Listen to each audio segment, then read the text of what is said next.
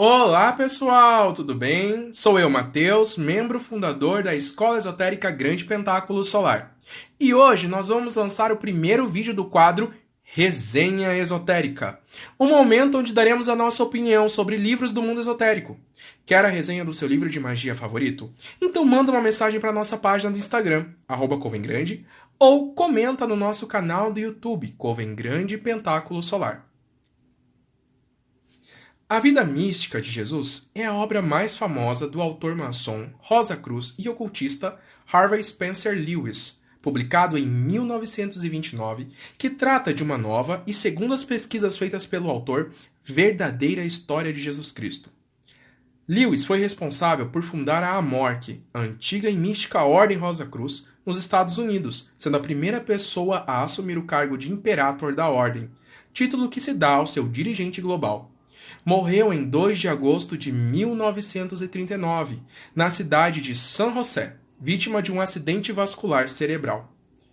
O livro procura preencher as lacunas da vida de Jesus, que vai desde o seu nascimento até o seu surgimento no templo, e desse episódio até o início do seu ministério, aos 30 anos, além de trazer novas visões sobre eventos conhecidos, como a crucificação. Lewis começa o livro contextualizando o leitor dos costumes essênios, uma ordem mística que possui raízes em Akhenaton, o primeiro monoteísta da história, que teria fundado a Fraternidade Branca do Oriente, grupo do qual Jesus mais tarde faria parte. Os essênios são um grupo místico de homens, mas que aceitava a filiação de mulheres. José era um essênio muito respeitado e Maria uma afiliada a esse grupo. Inclusive, há relatos de que o nascimento de Maria também era predestinado. Por toda a sua infância, Maria foi proibida de pisar ao chão, e a sua apresentação ao templo para servir ao Senhor foi predita por magos essênios muitos anos antes. Joaquim, seu pai, havia recebido uma profecia de que daria uma menina e que essa seria a Virgem do Templo. Ana, mãe de Maria, mandou construir um templo em sua casa e cobriu o chão com um pano do templo de Hélios, para que Maria pudesse então andar sobre ele. Durante toda a sua infância, nada contaminado poderia tocar a Virgem, e mesmo quando passeava no jardim, era carregada pelas virgens puras do templo. Dizem que Maria era dotada de grande vivacidade e de uma compreensão interior incrível. Quando fez 2 anos, na frente de todos, enquanto era aspergida por água pura e rosas, flutuou diante do altar. Aos 12 anos, Maria estava pronta, segundo os costumes da época, para se casar. E para isso, seu pai chamou os viúvos essênios. José era um deles e o mais respeitável. Joaquim era o alto sacerdote, e vestindo as roupas sagradas, orou por uma ajuda espiritual. Um ser luminoso surgiu diante dele e disse que um bastão deveria ser entregue a cada um dos pretendentes e que Maria seria dada àquele que Deus desse um sinal. No templo de Hélios, José e muitos outros viúvos chegaram, tomaram seus bastões, mas quando José o levantou, saiu uma pomba branca dele, que voejou ao redor de sua cabeça. Mais tarde, um ser de luz apareceu diante de Maria e anunciou que ela cumpriria as profecias dos magos astrólogos essênios e que conceberia pela palavra de Deus a criança da promessa. O nascimento de Jesus, de acordo com Lewis, não foi único, embora fosse indiscutivelmente especial. Muitos outros avatares haviam nascido de virgens, entre eles Buda, que nasceu de Maia, entre aspas, Maria. Jesus teria nascido num hospital essênio que ficava em grutas por toda a região por ser protegido do calor e da umidade. Após seu nascimento, Jesus, que foi primeiro batizado de José como seu pai, começou a ser treinado pelos essênios para transmitir seu conhecimento divino ao povo. No livro fica claro que Jesus nasceu com conhecimentos divinos, o que pode ser percebido no episódio em que se apresentou ao templo, mas ele precisava conhecer formas de expressar sua divindade a toda a população.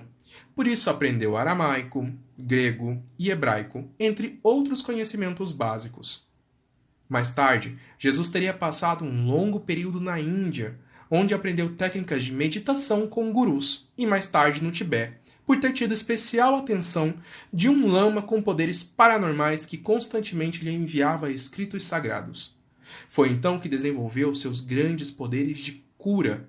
Jesus, ainda conhecido como José, foi iniciado de uma forma especial, e só então foi batizado por João Batista, outro essênio e também seu primo. Em A Vida Mística de Jesus, o Messias tinha irmãos e sabia que o seu fim se daria pelas mãos de Roma. Cumpriu docilmente seu destino, mas não morreu na cruz. Isso porque um grupo influente de seguidores de Cristo apelaram para as altas autoridades de Roma que intervissem no caso, e quando a decisão chegou, ele ainda estava vivo e foi retirado com vida da cruz, mas muito debilitado pelos ferimentos. Só isso explicaria o fato de que entre os 3 crucificados, somente ele não teve seus ossos quebrados, como era costume e tradição em sua época.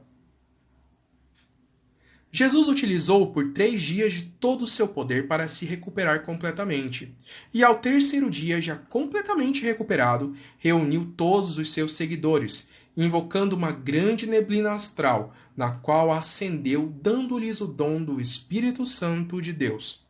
Alguns dizem que Jesus viveu até 120 anos, em um dos templos essênios, guiando os seus seguidores.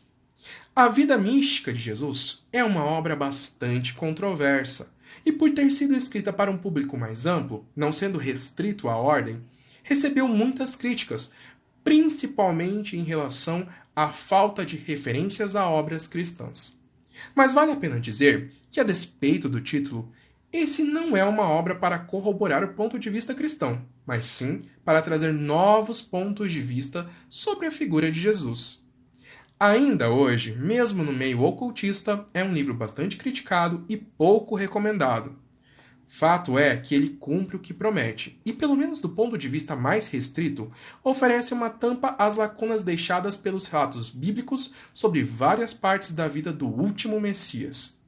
Esse é um livro relativamente curto, com muitas descrições de locais e ambientes, o que pode ser bastante maçante em alguns momentos, principalmente na metade do livro, onde a descrição de locais se torna muito angustiante e repetitiva.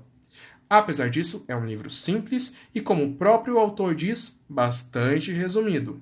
Não há grandes complicações para entender a mensagem do autor, inclusive, ele é bastante claro em todos os momentos. Esse foi o nosso primeiro episódio da Resenha Esotérica. Então, não deixa de curtir e compartilhar esse vídeo com os seus amigos e assim ajudar a crescer a Escola Esotérica Grande Pentáculo Solar. Um beijo e até a próxima!